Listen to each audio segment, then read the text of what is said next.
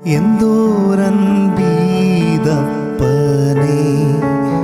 ഈ പാപിമേൽ എന്തോരൻപീതപ്പനേ.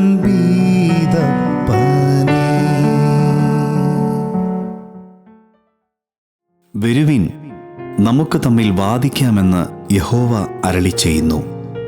നിങ്ങളുടെ പാപങ്ങൾ കടുംചുവപ്പായിരുന്നാലും ഹിമം പോലെ വെളുക്കും, രക്താംബരം പോലെ ചുവപ്പായിരുന്നാലും പഞ്ഞിപോലെ ആയിത്തീരും. പ്രിയമുള്ളവരെ, ഇന്ന് വലിയ നോമ്പിൽ 4-ാം ദിവസം.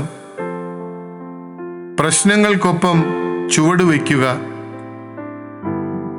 നിങ്ങൾക്ക് എന്നിൽ നിന്നും എല്ലാം എടുത്തു കളയാം, പക്ഷേ ഏത് സാഹചര്യത്തിലും സന്തോഷവാനായിരിക്കുവാനുള്ള എൻ്റെ ആന്തരിക സ്വാതന്ത്ര്യം എടുത്തു കളയുവാൻ നിങ്ങൾക്കാവില്ല എന്ന് നാസി തടങ്കൽ പാളയത്തിൽ വിക്ടർ ഫ്രാങ്കിൾ എഴുതിയത് ഓർമ്മിപ്പിക്കുന്ന ഒരു സുന്ദര ജീവിതമാണ് എറിക് വാലന്റൈൻ എന്ന ഫിലിപ്പിനോ പയ്യൻ്റേത്. പഠനത്തിലും സ്പോർട്സിലും ആർട്സിലും ഒരുപോലെ തിളങ്ങിയ അവന് ബോൺ ക്യാൻസർ വന്നപ്പോൾ അവൻ തീർന്നു എന്ന് കൂട്ടുകാർ ഉറപ്പിച്ചു പറഞ്ഞു.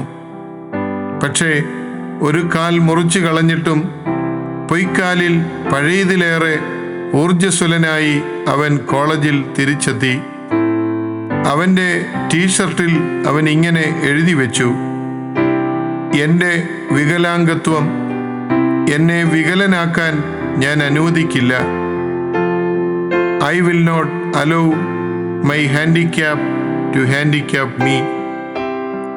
ബ്രസ്റ്റ് ക്യാൻസർ മൂലം പാട്ടൊഴിഞ്ഞ പാട്ടുപെട്ടി പോലെ ആയിപ്പോയ ഒരു ഗായിക അവൻ്റെ ക്ലാസ്മേറ്റ് ആയിട്ട് ഉണ്ട്. തനിക്ക് രോഗം വന്നതിന് ശേഷം അവൾ ഒരിക്കലും പാടിയിട്ടില്ല. ഹോസ്റ്റൽ റൂമിൽ നിന്ന് പുറത്തിറങ്ങിയിട്ടുമില്ല. അവൾ ആരോടും ഇപ്പോൾ മിണ്ടാറുമില്ല.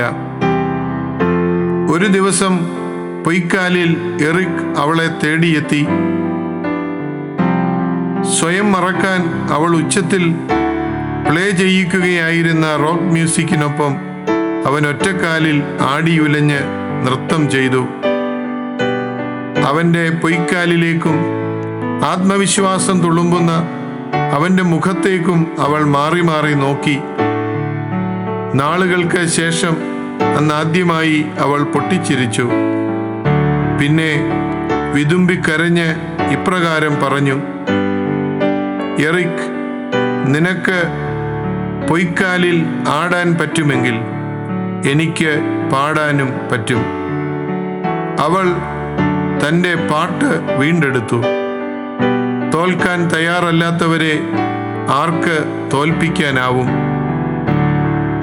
ഏണസ്റ്റ് ഹെമിംഗ്വേയുടെ വൃദ്ധ കഥാപാത്രം കൊലയാളിയായ സ്രാവിനോട് പറയുന്നത് പോലെ, നിനക്കെന്നെ കൊല്ലാനാവും, പക്ഷേ തോൽപ്പിക്കാനാവില്ല എന്ന് പ്രശ്നങ്ങളോട് പറയുക. പ്രശ്നങ്ങൾക്കൊപ്പം ചുവടുവയ്ക്കുക.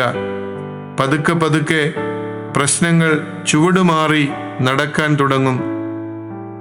ആർക്കും നിങ്ങളുടെ നൃത്തം തടയാനാവില്ല.